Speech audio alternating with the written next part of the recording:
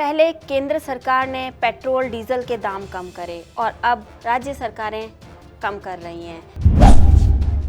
इसका आम आदमी को बहुत ज़्यादा फायदा होने वाला है, क्योंकि पेट्रोल और डीजल के दाम में 1500 रुपये का अंतर आ गया है। 10 रुपये पेट्रोल और 5 रुपये डीजल कम कर दिया। जो डीजल 100 रुपये के पास जा पहुंचा था, अब वो 85 रुपये प्रति लीटर मिलेगा। पेट्रोल के दाम के अलावा बिजली के भी दाम कम कर दिए गए हैं। आज बिजली के दाम जो है, पिछली कैबिनेट में सरकार ने 3 रुपये यूनिट कम किया है। और जो विद्युत निगम है, इसको कहा गया है, आदेश जारी किए गए हैं, जिन लोगों के कनेक्शन काटे गए थे उनको जुर्माना लगाया गया था, उसको बिना जुर्माने से तुरंत जोड़ने का काम किया जाए।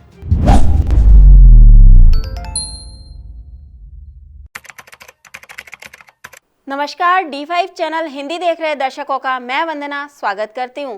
आज हमारे साथ हैं सीनियर जर्नलिस्ट जसपाल ढिल्लों जी। जसपाल जी, आपका बहुत बहुत स्वागत है हमारे प्रोग्राम में। शुक्रिया जी, आपकी बड़ी मेहरबानी। पहले केंद्र सरकार ने पेट्रोल डीजल के दाम कम करे और अब राज्य सरकारें कम कर रही हैं, तो इससे आम आदमी को कितना फायदा होगा? इसका आम आदमी को बहुत ज़्यादा फायदा होने वाला है, क्योंकि पेट्रोल और डीजल के दाम में 1500 रुपये का अंतर आ गया है। जो केंद्र सरकार है उसने पेट्रोल 5 रुपये और डीजल 10 रुपये कम किया। हालांकि इसमें जो राज्य सरकारें हैं वो ये बात कर रही हैं कि आपने एक्साइज ड्यूटी कम की है, आप जड़े अन्य इस पे कर लगाए हुए हैं, टैक्सेज लगाए हुए हैं, उनको कम करो। इसमें तो 42% शेयर राज्यों का भी है। जो कम हुआ है उसका राज्यों की जो आमदनी है उस पर असर पड़ेगा। आज पंजाब की सरकार ने 10 रुपये पेट्रोल और 5 रुपये डीजल कम कर दिया। जो डीजल 100 रुपये के पास जा पहुंचा था, अब वो 85 रुपये प्रति लीटर मिलेगा। वंदना जी, इसमें सबसे ज़्यादा असर उन पेट्रोल पंपों पर था जो हमारे सरहदों पर थे। हरियाणा में कम था, चंडीगढ़ में दाम कम था, हिमाचल में दाम कम था, राजस्थान में हमारे से ज़्यादा था। ये जो 30 राज्य हैं इनमें दाम कम था, J&K में कम था। इसका असर जो सरहदी क्षेत्र के पेट्रोल पंप वालों थे उनसे बड़ा असर पड़ता था, क्योंकि 5 रुपये का अंतर था हरियाणा और पंजाब का, हिमाचल और पंजाब का। जो लोग हिमाचल में टूर पे जाते थे वो अपनी गाड़ी का टैंक हिमाचल के क्षेत्र से फुल करवा लाते थे। बहुत सारे लोग जहाँ से बड़ोग, धर्मपुर और जे परवाणु वगैरह वगैरह में बसे हुए हैं, वीकेंड पे वो लोग हिमाचल जाते हैं, वहाँ से टैंक फुल करा के। उसका असर पंजाब के बैट पर पड़ रहा था, पंजाब की आमदनी पर पड़ रहा था। जो सरकार ने आज ये दाम कम किए हैं, इससे काफ़ी अंतर लोगों को पड़ेगा। 6000 करोड़ का पंजाब की जनता को इसका लाभ होने वाला है। अब जो कांग्रेस के लोग हैं वो नरेंद्र भाई मोदी से ये बात पूछते हैं कि 70 साल में पेट्रोल डीजल के दाम 60 रुपये तक पहुंचे, अब वो 100 पार कर गए आपके 18 महीने में। या आपकी सरकार के 7 सालों में ये दुगने हो गए। इसलिए आप सारी की सारी राजनीति राज्यों के विषयों पर करते हो, राज्यों को नुकसान पहुंचा रहे हो। 42% शेयर जो केंद्र ने कम किया है उसमें राज्यों का शेयर है। इसलिए उनकी मांग है कि आप जो अन्य टैक्सेज हैं, जिसमें सरचार्ज हैं, उनमें कटौती की जाए, तो या इसको जीएसटी के घेरे में लाया जाए। अगर ये जीएसटी के घेरे में आ जाता है तो उसका मैक्सिमम चार्जेज 28% है। अब ये 150% तक है। ये उसमें हम लोग तब्दील कर लेते हैं तो डीजल पेट्रोल जो है वो 60-65 रुपये के आसपास पहुंच जाएगा, जिसका देश की जनता को बहुत बड़ा फायदा होने वाला है। पर इन लोगों ने जो अपने 4 कारपोरेट घराने हैं से उनको ही फायदा पहुंचाने की बात की जा रही है, क्योंकि अडानी और अंबानी के पास ही जो तेल के कुएं हैं, ये लोग ये बात भी करते हैं। जब मनमोहन सिंह की सरकार थी, पेट्रोल 60 रुपये, डीजल 48 रुपये बिक रहा था, 48 भी कम, 45 रुपये था। उस वक्त जो प्रति बैरल कच्चे तेल की कीमत थी 135 रुपये पर बैरल सी, अब 82 रुपये पर बैरल है और लोगों को मिल रहा है दुगने रेट में। इसलिए जो धनहार लोग हैं, कारपोरेट हैं, उन लोगों की तिजोरियों ज़्यादा भरी जा रही हैं जनता से पैसा छीन कर। लोग कहते हैं कि जनता को फायदा दिया जाए, ना कि कारपोरेट घराने को। जी मैम, कहने का मतलब ये है कि जीएसटी के अंडर ये आ जाना चाहिए, क्योंकि इन्होंने नारा दिया था कि एक देश एक टैक्स। अगर वो नारा इन्होंने दिया था तो उसको अमली जामा भी पहनाया जाए, तब लोगों को राहत मिलने वाली है। अब इन्होंने ऐसे नहीं कर दिया। जो 29 विधानसभा क्षेत्र और 3 लोकसभा क्षेत्रों में जो अभी अभी चुनाव हुआ है, उस चुनाव में बीजेपी को खासा नुकसान हुआ है। हिमाचल में 3 की 3 विधानसभा और 1 मंडी लोकसभा सीट, उसमें चुनाव हार गए। राजस्थान में 1 विधानसभा का चुनाव था, हार गए। पश्चिमी बंगाल में 4 विधानसभा और 1 लोकसभा की हार गए। हरियाणा में इलाहाबाद 1 सीट थी, वहां पे भी ये लोग हार गए। कर्नाटका में बराबर रहे हैं, 1 बीजेपी ले गई है, 1 कांग्रेस ले गई है। सो असम एक राज्य शायद और है जहां पे बीजेपी को बहुमत बढ़त मिली है। बाकी सारे जो 29 राज्य हैं और विधानसभा सीटें हैं और 3 लोकसभा की सीटें हैं, वहां पर बीजेपी को काफी नुकसान झेलना पड़ रहा है, जिसके चलते हुए इन्होंने ये दाम घटाने वाला जो स्टेप है वो उठाया है। जी, पेट्रोल के दाम के अलावा बिजली के भी दाम कम कर दिए गए हैं। आज बिजली के दाम जो है, पिछली कैबिनेट में सरकार ने 3 रुपये यूनिट कम किया है। इसके अलावा 2 किलोवाट का जो बकाया बिल थे लोगों के और लोगों के बिजली कनेक्शन काटे हुए थे, उनको ख़त्म कर दिया। और जो विद्युत निगम है, इसको कहा गया है, आदेश जारी किए गए हैं, जिन लोगों के कनेक्शन काटे गए थे उनको जुर्माना लगाया गया था, उसको बिना जुर्माने से तुरंत जोड़ने का काम किया जाए। क्या ये सब पॉलिटिकल फंडा है? मतलब कि कहने का ये है कि क्या ये सब चुनाव के लिए ही किया जा रहा है? हाँ बिल्कुल, ये चुनाव के लिए है। अगर चुनाव ना होते, 5 राज्यों के चुनाव ना होते जो आने वाले हैं, जिसमें यूपी है, उत्तराखंड है, गोवा है, पंजाब और मणिपुर है, इनके चुनाव फरवरी में आ रहे हैं। इनको डर है यूपी का, जहां की 403 विधानसभा सीटें हैं। अगर यूपी में जे हार जाती है बीजेपी, तो 2024 में जे लोकसभा में नहीं जा सकेगी बहुमत में। इसलिए इनको जे डर सता रहा था, जिससे चलते हुए इन्होंने ये कदम उठाया है। क्या इलेक्शन के बाद फिर से दाम बढ़ने की संभावना होगी? इससे ज़्यादा नहीं होगी। कारण है कि उसके बाद गुजरात का चुनाव आ रहा है, उसके बाद हिमाचल का चुनाव आ रहा है, उसके बाद 24 में विधानसभा लोकसभा का चुनाव आ रहा है।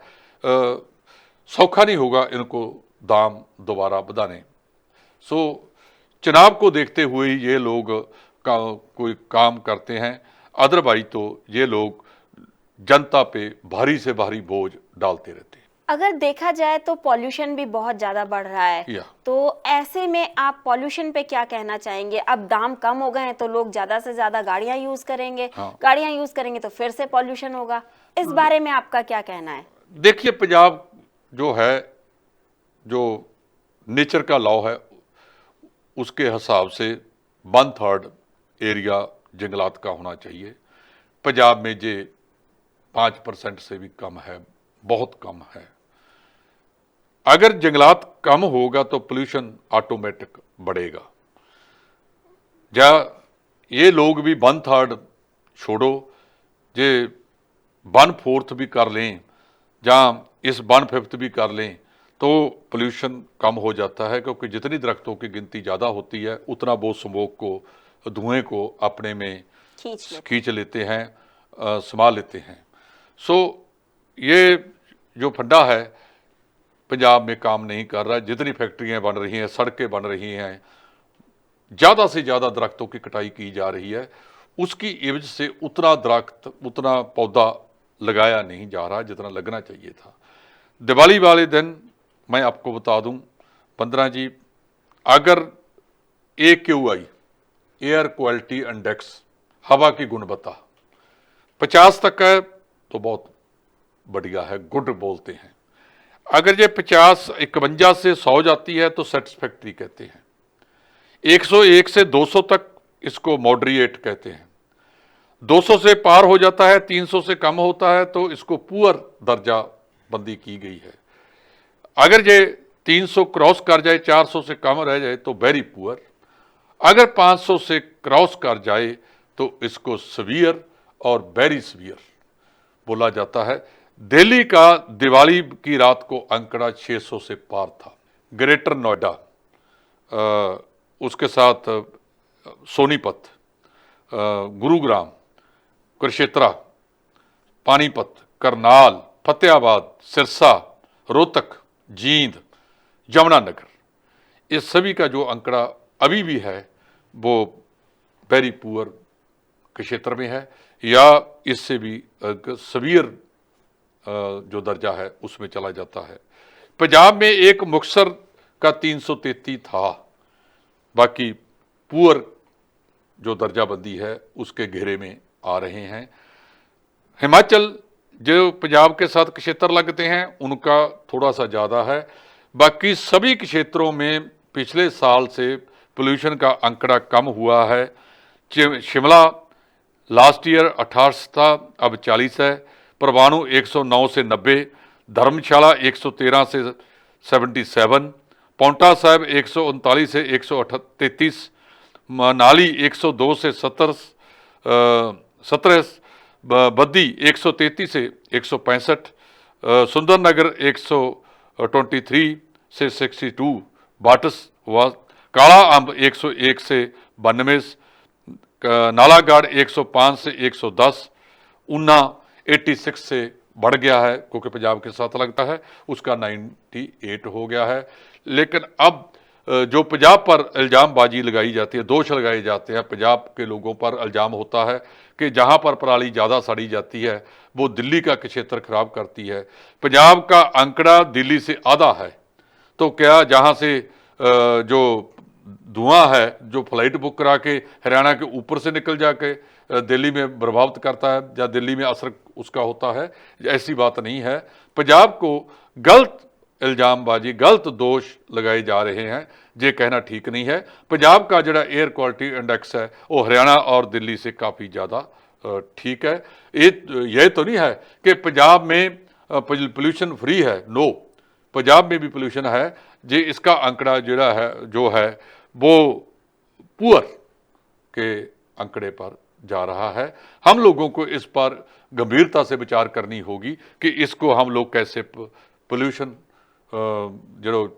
से मुक्त कर सकते हैं, वो देखना होगा। एक तरफ तो किसान कहते हैं कि हम गरीब हैं और हम धान उगा रहे हैं, धान उगाने के बाद में हम जो ये पराली है वो भी ना जलाएं क्योंकि इस पे हमारे ऊपर टैक्स लगाया जाता है। तो सरकार पराली को न जलाने के लिए प्रयास क्यों नहीं कर रही है? देखिए, जो हमारे जहां पर थर्मल पावर स्टेशन हैं, जितने भी है प्राइवेट हैं या गवर्नमेंट के हैं, उसमें इनको चेंज करके, बॉयलर चेंज करके इसको पराली में डाला जा सकता है। बठिंडा जो थर्मल प्लांट था उसके लिए सरकार ने कैप्टन अमरिंदर सिंह के जो विद्युत मंत्री थे गुरप्रीत सिंह कांगड़, उन्होंने अनाउंसमेंट की थी कि हम इसको 100 मेगावाट पराली पर चलाएंगे। जहाँ पर जलखेड़ी है वो चलता था, बंद हो गया।